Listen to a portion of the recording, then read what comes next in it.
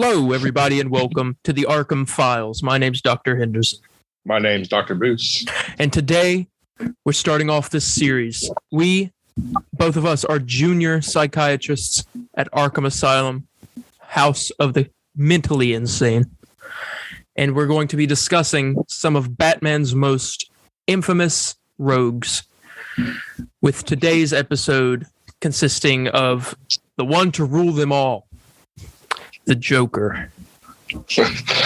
What can we not say about this guy? I mean, Yeah, if he's done anything and everything under the sun to Batman. Yeah, name it, he's done it. Yeah. I mean, so what we're going to start off with? I'm going to read off some interesting little tidbits about Joker and his history and comics and stuff like that. His first appearance and all that good stuff. Mm-hmm. All right, so the Joker is a supervillain appearing in DC Comics. The character was created by Bill Finger, Bob Kane, and Jerry Robinson, and first debuted in the debut issue of the comic book Batman on April 25th, 1940. Credit for the Joker's creation is disputed. Kane and Robinson claim responsibility for the Joker's design while acknowledging Finger's writing contribution. Although the Joker was planned to be killed off during his initial appearance, he was spared by editorial intervention, allowing the character to endure as the arch enemy of the superhero Batman. Good choice. Joker was not the first Batman villain in the comics. Mm-hmm. It was, I believe, Catwoman. Ooh, okay. I think. I might be wrong about that, but I'm pretty sure it was Catwoman. But this says, in his comic book appearances, the Joker is portrayed as a criminal mastermind, introduced as a psychopath with a warped, sadistic sense of humor. The character became a goofy prankster in the late 1950s in response to regulation by the Comics Code Authority, before returning to his darker roots during the early 1970s. As Batman's nemesis, the Joker has been part of the superhero's defining stories, including the murder of Jason Todd, the second Robin in Batman's Award, and the paralysis of one of Batman's allies, Barbara Gordon. The Joker had various possible origin stories during his decades of appearances. The most common story involves him falling into a tank of chemical waste that bleaches his skin white and turns his hair green and lips bright red. The resulting disfigurement drives him insane. The antithesis of Batman in personality and appearance, the Joker is considered by critics to be his perfect adversary. Yeah. Obviously there is more different origins and different takes on the character, but mm-hmm. I mean, that's the most popular, I believe, of his origin. Is there? What's the other ones consist of? Are you familiar? No. Okay. I was wondering. I think we'll get into that here. Mm-hmm. I know there is some where it consists of he's the one that killed Batman's parents, but I'm never really a fan of that. Yeah. But, let's see. The Joker possesses no superhuman abilities, instead using his expertise in chemical engineering to develop poisonous or lethal concoctions and thematic weaponry, including razor-tipped playing cards, deadly joy buzzers, and acid-spraying lapel flowers. The Joker sometimes works with other Gotham City supervillains, such as the Penguin and Two-Face, and groups like the Injustice Gang and Injustice League, but these relationships often collapse due to the Joker's desire for unbridled chaos. The 1990s introduced a romantic interest for the Joker and his former psychiatrist, Harley Quinn, who became his criminal sidekick and girlfriend before finally escaping their abusive relationship. Although his primary obsession is Batman, the Joker has also fought other heroes, including Superman and Wonder Woman. Okay. One of his most iconic characters in popular culture, the Joker has been listed among the greatest comic book villains and fictional characters ever created. The character's popularity has seen him appear on a variety of merchandise, such as clothing and collectible items, inspiring real-world structures such as theme park attractions, and be referenced in a number of media. The Joker's been adapted in live-action, animated, and video game incarnations, including the 1960s Batman universe. I read that wrong. 1960s Batman television series played by Cesar Romero and in films by Jack Nicholson and Batman 1989. Heath Ledger in The Dark Knight of 2008 and Jared Leto in the DC Extended Universe. And Joaquin Phoenix in Joker from 2019. Ledger and Phoenix each earned an Academy Award for their portrayals. Mark Hamill and others have provided the character's voice, ranging from animation to video games. Mm-hmm. I mean, I think in this episode we should discuss who is the best to portray this character. And I mean, by voice acting standards, obviously you have to. It's Mark Hamill. It's Mark Hamill. You know what I'm saying? I know Troy Baker did the character, and I believe DiMaggio, I believe he did it too. Mm-hmm. Yeah, the guy who plays Bender from like Futurama and all that. Yeah, I'm pretty sure he did the voice as well. Well, but live action standards, I mean, who would you consider? That's okay. So, the first one I want to go with is Jack Nicholson. Oh, okay. With Joaquin Phoenix being like a close second. Oh, so Heath Ledger's going to be like your third? Yeah. Oh. You know, yeah, I'm going to have to agree with you on that. I'm the same here. I keep going back and forth with Jack Nicholson and Joaquin Phoenix as my number one, but it's just like Jack. I don't know, something about him, man. He killed it. So yeah, okay. I'm in the same boat with you. All right. So Bill Finger, Bob Kane, and Jerry Robinson are credited with creating the Joker, but their accounts of the character's conception differ, each providing his own version of events. Finger's, Kane's, and Robinson's versions acknowledge that Finger produced an image of actor Conrad Veidt in character as Gwynplaine, a man with a disfigured face, giving him a perpetual grin in the 1928 film The Man Who Laughs, as an inspiration for the Joker's appearance. And Robinson produced a sketch of Joker playing card. Robinson claimed that it was his 1940 card sketch that served as the character's concept, and that Finger associated with Veidt's portrayal. Kane hired the 17-year-old Robinson as an assistant in 1939 after he saw Robinson in a white jacket decorated with his own illustrations. Beginning as a letterer and background inker, Robinson quickly became primary artist for the newly created Batman comic book series. In a 1975 interview in The Amazing World of DC Comics, Robinson said he wanted a supreme arch-villain who could test Batman, not a typical crime lord or gangster designed to be easily disposed of. He wanted an exotic, enduring character as an ongoing source of conflict for Batman, similar to the relationship between Sherlock Holmes and Professor Moriarty, designing to a diabolically sinister but clownish villain. Robinson was intrigued by villains. He believed that some characters are made up of contradictions, leading to the Joker's sense of humor. He said that the name came first, followed by an image of a playing card from a deck he had often had at hand. He said, I wanted somebody visually exciting. I wanted someone that would make an indelible impression, would be bizarre, would be memorable like the Hunchback of Notre Dame or any other villains that had unique physical characters. He told Finger about his concept by telephone, later providing sketches of the character and images of what would become his iconic Joker playing card design. Finger thought the concept was incomplete, providing the image of Veidt with a ghastly, permanent rictus grin. Let's see. And this goes on to talk about some more stuff and how they had come up with the design for the Joker, and inspired by The Man Who Laughs movie. And yeah, now let's talk about this. The Joker debuted in Batman #1 in April of 1940 as the eponymous character's first villain, which is actually not true because this is about a year after Batman's debut in Detective Comics #27, which is where his actual first villain showed up, which I'm still almost certain that was Catwoman. Yeah. I'm gonna take your word for it. The Joker initially appeared as a remorseless serial killer and jewel thief, modeled after a Joker playing card with a mirthless grin, who killed his victims with Joker venom, a toxin that left their faces smiling grotesquely. The character was intended to be killed in his second appearance in Batman #1 after being stabbed in the heart. Finger wanted the Joker to die because he was concerned that recurring villains would make Batman appear inept. but was overruled by then editor Whitney Ellsworth. A hastily drawn panel indicating that the Joker was still alive was added to the comic, and the Joker went on to appear in 9 of Batman's first 12 issues. Okay. The character's regular appearances quickly defined him as the arch enemy of the dynamic duo, Batman and Robin. He killed dozens of people and even derailed a train. By issue number 13, Kane's work on the syndicated Batman newspaper strip left him little time for the comic book. Artist Dick Sprang assumed his duties, and editor Jack Schiff collaborated with Fenger on stories.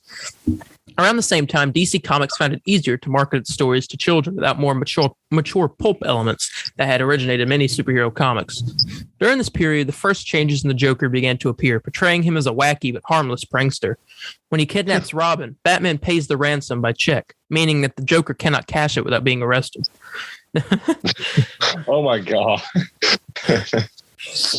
Comic book writer Mark Waid suggests that the 1942 story The Joker Walks the Last Mile was the beginning point for the character's transformation into a more goofy incarnation, a period that Grant Morrison considered to have lasted the following 30 years.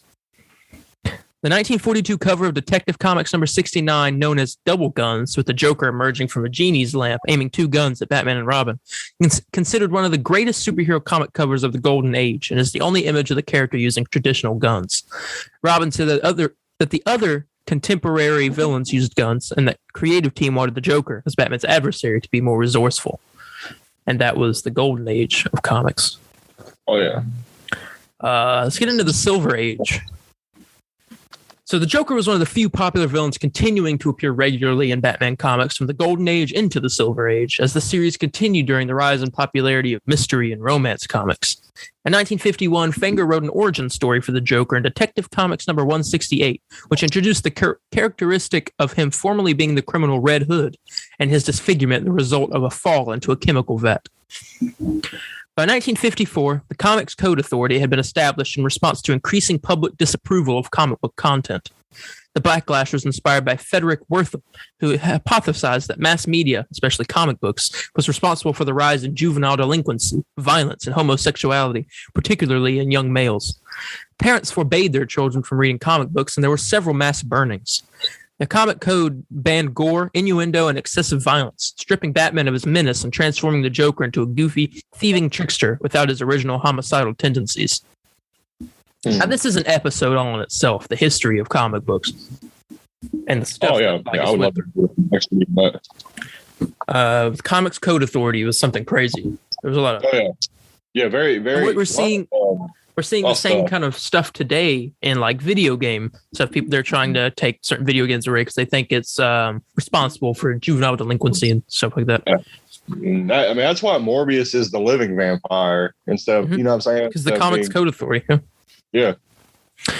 But here we go. Let's see. The character appeared less frequently after 1964 when Julius Schwartz, who disliked the Joker, became editor of the Batman comics. The character risked becoming an obscure figure of the preceding era until this goofy prankster version of the character was adapted into the 1966 television series Batman, in which he was played by Cesar Romero. The show's popularity compelled Schwartz to keep the comics in a similar vein as the show's popularity waned. However, so did that of the Batman comics. After the TV series ended in 1969, the increase in public visibility had not stopped the comic sales decline. Editorial director Carmine Infantino resolved to turn things around, moving stories away from child-friendly adventures. The Silver Age introduced several of the Joker's defining character traits: lethal joy buzzers, acid-squirting flowers, trick guns, and goofy, elaborate crimes. And that was the Silver Age. All right. The Bronze Age. Starting in the 70s. So in 1973, after a 4-year disappearance, the Joker was revived and revised by writer Dennis O'Neil and artist Neil Adams. Beginning with Batman number 251's The Joker 5-Way Revenge, the character returns to his roots as an impulsive, homicidal maniac who matches wits with Batman. The story began a trend in which the Joker was used sparingly as a central character. O'Neil said his idea was simply to take it back to where it started. I went to the DC library and read some of the early stories. I tried to get a sense of what Kane and Fenger were after. O'Neill's 1973 run introduced the idea of the Joker being legally insane to explain why the character is sent to Arkham Asylum, which is introduced by O'Neil in 1974 as Arkham Hospital instead of to prison. Adams modified the Joker's appearance, changing his more average figure by extending his jaw and making him taller and leaner. So this is when the Joker that we imagine, comes into fruition. Mm-hmm. DC Comics was a hotbed of experimentation during the 1970s, and in 1975, the character became the first villain to feature as the title character in a comic book series, The Joker. The series followed the character's interactions with other supervillains, and the first issue is written by O'Neill. Stories balanced between emphasizing the Joker's criminality and making him a likable protagonist whom readers could support. Although he murdered thugs and civilians, he never fought Batman. This made the Joker a series in which the character's villainy prevailed over rival villains, instead of a struggle between good and evil. Because the Comics Code Authority mandated punishment for villains, each issue ended with the Joker being apprehended, limiting the scope of each story. The series never found an audience, and the Joker was canceled after 9 issues, despite a next issue advertisement for an appearance by the Justice League. The complete series became difficult to obtain over time, often commanding high prices from collectors. In 2013, DC Comics reissued the series as a trade paperback. Okay. I did not know that. Yeah, learning some stuff. When Jeanette Kahn became DC editor in 1976, she redeveloped the company's struggling titles. During her tenure, the Joker would become one of DC's most popular characters. While O'Neill and Adams' work was critically acclaimed, writer Steve Englehart and penciler Marshall Rogers' 8-issue run in Detective Comics number 471 to 476 in August of 1977 to April of 1978 defined the Joker for decades to come, with stories emphasizing the character's insanity. In The Laughing Fish, the Joker disfigures Fish with a rictus grin resembling his own, expecting copyright protection, and is unable to understand that Okay. So, what I'm reading now, I think is a little like that. That was a confusing sentence. But restart that. In The Laughing Fish, the Joker disfigures Fish with a rictus grin resembling his own, and in parentheses, expecting copyright protection, and is unable to understand that copywriting a natural resource is legally impossible. Englehart and Rogers' work on the series influenced the 1989 film Batman and was adapted for 1992's The Batman the Animated Series. Rogers expanded on Adams' character design, drawing the Joker with a fedora and a trench coat.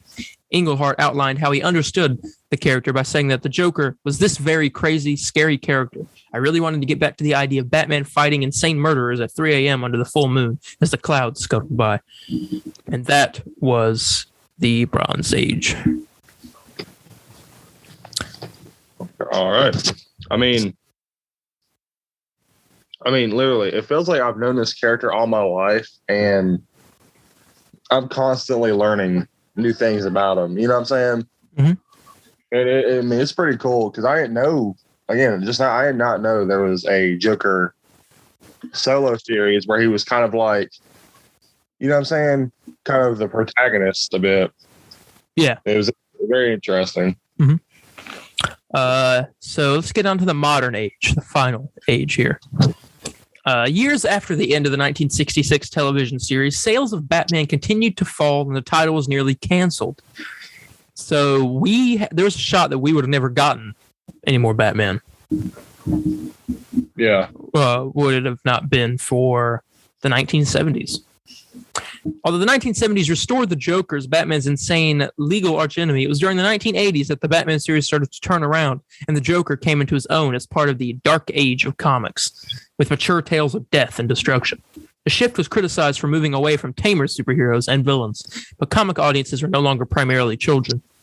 Several months after Crisis on Infinite Earths launched the era by killing off Silver Age icons such as The Flash and Supergirl and undoing decades of continuity, Frank Miller's The Dark Knight Returns from 1986 reimagined Batman as an older, retired hero, and the Joker as a lipstick-wearing celebrity who cannot function without his foe. The late 1980s saw the Joker exert a significant impact on Batman and his supporting cast. In the 1988 to 89 story arc A Death in the Family, the Joker murders Batman's sidekick, the second Robin, Jason Todd. Todd was unpopular with fans. Rather than modify his character, DC opted to let them vote for his fate, and a 72-vote plurality had the Joker beat Todd to death with a crowbar. This story altered the Batman universe. Instead of killing anonymous bystanders, the Joker murdered a core character. This had a lasting effect on future stories. Written at the height of tensions between the United States and Iran, the story's conclusion had Iranian leader Ayatollah Ruhollah Khomeini appoint the Joker as country's ambassador to the United Nations, allowing him to temporarily escape justice. Sorry I butchered that name. I mean, that's a very, big issue right there. I mean, Yeah. it was insane that. I mean, it's y'all's fault. The reason why Jason died. So Yeah, y'all voted for it. Y'all voted for it. Well, yeah, but without that happening, he would have never turned into the Red Hood, and so we'd have never got all the good story that got. We would have never got Batman Arkham Knight if. So maybe there's a. You're saying that like that's a bad thing. Yeah, I know. I was saying like maybe it's a good thing. Anyway, Alan Moore, who he wrote the Watchmen comic that. Yeah, Landon, you're letting me borrow and read right now. Yes. Alan Moore and Brian Boland's 1988 graphic novel, The Killing Joke, expands on the Joker's origins, describing the character as a failed comedian who adopts the identity of the Red Hood to support his pregnant wife. Unlike The Dark Knight Returns, The Killing Joke takes place in mainstream continuity. The novel is described by critics as one of the greatest Joker stories ever written, influencing later comic stories, including the forced retirement of then Batgirl Barbara Gordon after she's paralyzed by the Joker, and films such as 1989's Batman and 2008's The Dark Knight. Grant Morrison's 1989 Arkham Asylum, A Serious House on Serious Earth, explores the psychosis of Batman, the Joker, and other rogues in the eponymous facility. The 1992 animated series introduced the Joker's female sidekick, Harley Quinn, a psychiatrist who falls for and ends up in an abusive relationship with the Joker, becoming his supervillain accomplice. The character was popular and was adapted into the comics as the Joker's romantic interest in 1999. The same year, Alan Grant and Norm Breyfogel's comic book Anarchy. It concluded with the revelation that the titular character was the Joker's son. Breyfogel conceived the idea as a means to expand on Anarchy's characterization, which talk about Anarchy, the supervillain to Batman. So let's see. But O'Neill, by then the editor for the Batman series of books, was opposed to it and only allowed it to be written under protest and with the promise that the revelation would eventually be revealed incorrect. However, the Anarchy series was canceled before the rebuttal could be published. The Joker's first major storyline in the New 52, DC Comics 2011 reboot of story continuity, was 2012's Death of the Family by writer Scott Snyder and Greg Capullo, which is a really good comic. I highly recommend reading that. Yes. The story arc explores the symbiotic relationship between the Joker and Batman and sees the villain shatter the trust between Batman and his adopted family. Capullo's Joker design replaced his traditional outfit with a utilitarian, messy, and disheveled appearance to convey that the Joker was on a mission. His face, surgically removed in 2011's Detective Comics Volume 2, Number 1, which I also have, and it is a very good comic. It was reattached with belts, wires, and hooks, and he was outfitted with mechanical overalls. The Joker's face was restored in Snyder's and Capullo's Endgame comic from 2014, the concluding chapter to Death of the Family. The conclusion of the 2020 Joker War storyline by James Tynion the fourth, can't read Roman numerals, and artist Jorge Jimenez sees the Joker leave Gotham after Batman chooses to let it die. This leads into a second ongoing Joker series set to begin in March 2021, which has already passed, so this is an old article, with Tynion writing and Guillaume March providing art. And we also know they put out the Three Jokers storyline where they revealed there's actually been three Jokers over the course of time. Yeah. Yeah. I never liked that. There just being like multiple ones. Yeah, there was the criminal, the clown, and the comedian. Yeah, I never liked that, honestly. But, yeah. It's my opinion, of course. It is what it is. And that was the modern age. So you've heard all the stuff about his origins, and there's so much more that you could go through and read. Yeah. He's been in so much stuff. But I'm just going to name off some crazy things the Joker has done before we end off this episode. Yes. He killed James Gordon's wife. Says in the finale of the epic Batman story No Man's Land, the Joker kidnaps every baby in Gotham and holds them captive in the basement of the Gotham Police Department. Sarah, a detective, is the first to arrive on the scene, which I assume Sarah is James Gordon's wife. Well, this says after Commissioner Gordon divorces his first wife, he begins dating a woman by the name of Sarah Eskel. Soon the two get married, and despite Gordon's dedication to his job, he's pretty happy with his new bride until the Clown Prince of Crime shows up. Sarah, a detective, is the first to arrive on the scene after Joker kidnapped all the babies. And she stumbles straight into the madman's trap. The Joker tosses a baby at Sarah, and as she tries to catch the child, he shoots her in the head. And as the Joker leaves the scene of the crime, the babies begin crawling on Sarah's bloody corpse. Disturbing, right? Somehow things are only going to get worse from here. I don't know, like how awful. Like, I mean, my gosh. Yep. He paralyzed Barbara Gordon. Everyone knows about this. Knocked on her door dressed as a tourist, shot her, paralyzed her. Yeah. I don't know, crazy. He took pictures of it. Yeah. Then, adding insult to injury, the Joker shows Gordon photos of his daughter's naked, bleeding body, all while forcing the poor guy to strip nude and ride through a horrific funhouse. It's like I swear, man, it's like the most awful thing like you could ever hear, and it's insane. And the Joker tried to copyright Fish. He tried to copyright Fish? One of the craziest crimes the Joker ever committed doesn't involve murder, but that's not for lack of trying. In one unusual story, the Joker plans on poisoning Gotham Harbor, but the toxin ends up mutating all the fish, leaving them with white faces, red lips, and creepy grins. Sensing an opportunity, he tries to copyright these creatures so he can sell them and make a fortune. However, his plans are foiled by a copyright office employee who explains that fish can't be copyrighted. Frustrated with his failing business plan, the Joker lashes out, murdering a bunch of clerks until Batman puts an end to his fishy scheme. Huh. Okay. He's the world's worst boss. So this says Joker, a standalone graphic novel by Brian Azzarello, draws inspiration from the Dark Knight's more realistic take on the Joker, but then adds 10 more scoops of crazy. The main character is a low-level thug named Johnny Frost who acts as the Joker's chauffeur once the supervillain is released from Arkham Asylum. But after Frost takes a secret meeting with Two-Face, who's waging a deadly turf war with the Joker, the psychotic clown gets revenge by raping Frost's wife. At another point in the story, it's strongly suggested that the Joker makes a wealthy bank president do something pretty icky to a picture of his own daughter. It gets even worse when a henchman named Monty ticks off the Joker and winds up being skinned alive. So yeah, it's safe to say this isn't the most lighthearted Batman comic book ever written. I don't know, like what the heck? He ate China. It's just like ridiculous of like how the Joker ate China. Wait, what? In the 9-part storyline known as Emperor Joker, Mr. Mxyzptlk, the magical trickster who's often a thorn in Superman's side, wonders what it would be like if someone from the earthly realm had his powers. Curious, he gives the Joker just 1% of his magic, but the Joker's a pretty clever clown. He tricks Mxyzptlk into revealing his true name, a ploy that gives Joker almost all the imp's power. A little over a minute later, the Joker uses his almighty abilities to reshape reality into his own image. With these incredible powers, he entertains himself in the kind of ways you'd imagine the Joker would. This includes eating the entire population of China. Yes, you hear that correctly. He eats everyone in China, and in true Joker style, he uses a pair of chopsticks. Talk about a sick sense of humor. Oh my God. Oh man. Now I've read this next one, this comic. He tries to feed Batman's family to themselves.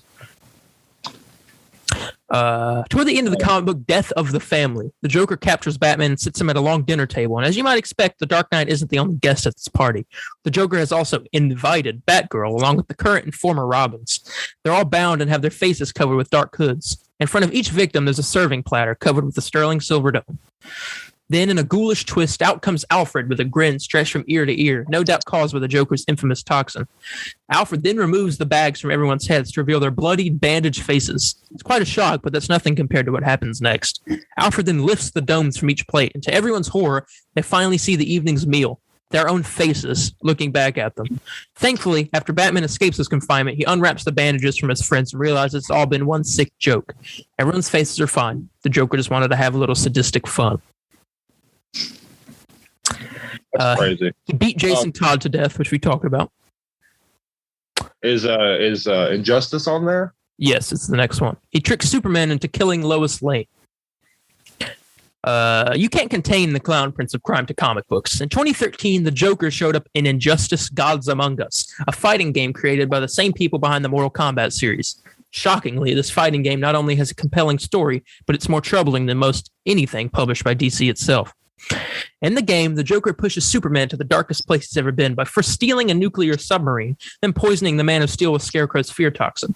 The poison clouds Superman's mind and makes him think he's fighting Doomsday. In reality, he's pummeling Lois Lane to death.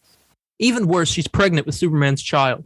Inevitably, the last son of Krypton beats Lois and the child to death, triggering the launch of a nuclear missile that wipes Metropolis off the map. As a result, Superman loses his mind and breaks his moral code by shoving his fist through Joker's chest. It's a dramatic reversal of the character. After all, Superman represents everything we can be if we just try a little harder. And then the Joker proved that anybody, even Superman, is capable of breaking their own rules if pushed far enough. The Joker killed a bunch of Boy Scouts. Yeah. The Joker killed a bunch of Boy Scouts with poison candy. Poison cotton candy, for that matter. This happened in The Dark Knight Returns. He killed 19 Boy Scouts by handing out poison cotton candy. And again, another crazy thing. Mm-hmm. And then that's when he kills himself right after it. He blew up a school full of children. Oh, really?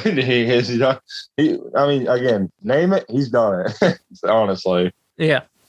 I'm not going to read that because that's a little too mature for this.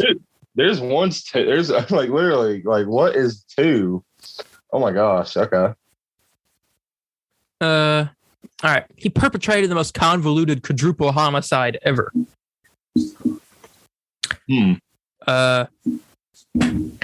Let's see. I'm going to read this. In terms of sheer scale, the murder of 4 nameless characters doesn't really come close to being the Joker's worst crime, but the quadruple homicide that kicks off The Brave and the Bold, number 111, ranks on the list for a couple of reasons. First, it's not just 4 random people, it's an entire family, poisoned as they were sitting down to dinner and left in a grisly tableau designed for maximum shock value. Needless to say, this sets Batman off in a way that few other crimes have, prompting him to tell Jim Gordon that if he wanted to take the Joker alive, he'd better catch him first. Who knew that guy would be so mad about seeing a couple of parents get murdered? Second, the deceased family is just the tiniest cog in what might be the most convoluted plan the Joker has ever hatched, and not in the cool Agent of Chaos, wheels within wheels sort of way either. This one's just weird. See, the crime scene includes a note from the Joker explaining his motive, but there's something off about it, including the fact that the bodies don't have the trademark grin until after someone breaks into the morgue to dose the corpses after the fact. It's enough of an inconsistency that when Joker tells him it was a frame-up, Batman believes him, and even teams up with his arch-nemesis to track down the real criminal. The prime suspect is a gun for hire named Burt Slade, who manages to shoot Batman after Batman stops the Joker from killing him. Needless to say, it's all a double cross, triple cross, quadruple cross, either one, but designed to lure Batman into a trap. The Joker intentionally did a bad job of framing himself for a crime that he actually committed, and then did not kill Batman when he was passed out in front of him with a bullet wound, so that he could kill him a couple days later, which, by the way, he failed at, and then also failed to escape when he tried to steal the Batmobile and discovered that it required a password to start, which is extra humiliating when the password to Batman's car turned out to be Batman. There's never a good reason for killing 4 innocent people, but of all the bad reasons, that might be the worst. Huh. He sold nuclear weapons to terrorists in Death in the Family. He ruined Christmas with sniper attacks. In 2003, he took out the mayor with a headshot. He was shooting a bunch of people on Christmas Day. That's. I mean, you always have to laugh at it because it's just like so ridiculous of all the things he's done. Yeah, you know. And I'm gonna be honest, I think the Joker is hilarious sometimes. You know what I'm saying? Mm-hmm. And like, because he'll like do something like completely terrible, and he has to give like a little like one-liner to it. I'm all like, are you kidding? You know what I'm saying? Yeah. And it's like, dude, when do you like give up of like how awful you are? It's hilarious. He booby trapped his own heart. I know about this in the Batman Who Laughs comic. Batman, I want to say Batman kills Joker. But Joker's heart had, like, once it stopped beating, it sprayed out this gas that started turning Batman into, he is turning Batman into Joker, essentially. So, okay. Yeah, he kind of did that in, I know he, obviously in Arkham City, he poisoned Gotham and all that. But luckily, I'm surprised They kind of went more hardcore with Arkham Knight of how of all the stuff Joker has done. Yeah. And with you know, like strange. I'm surprised video game wise they haven't gone too crazy. Like obviously they had the whole Jason Todd thing, with and Barbara, but that's honestly it. And then like kind of Poison Gotham, with his own blood. Joker tore Robin and Batgirl to pieces with Kryptonian technology. I'm just going to start naming them off. He beat Jim Gordon with a baseball bat on live TV.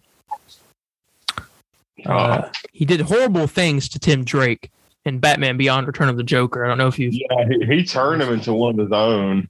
Yeah. He kidnapped a gorilla and raised him as his son. That's not that bad.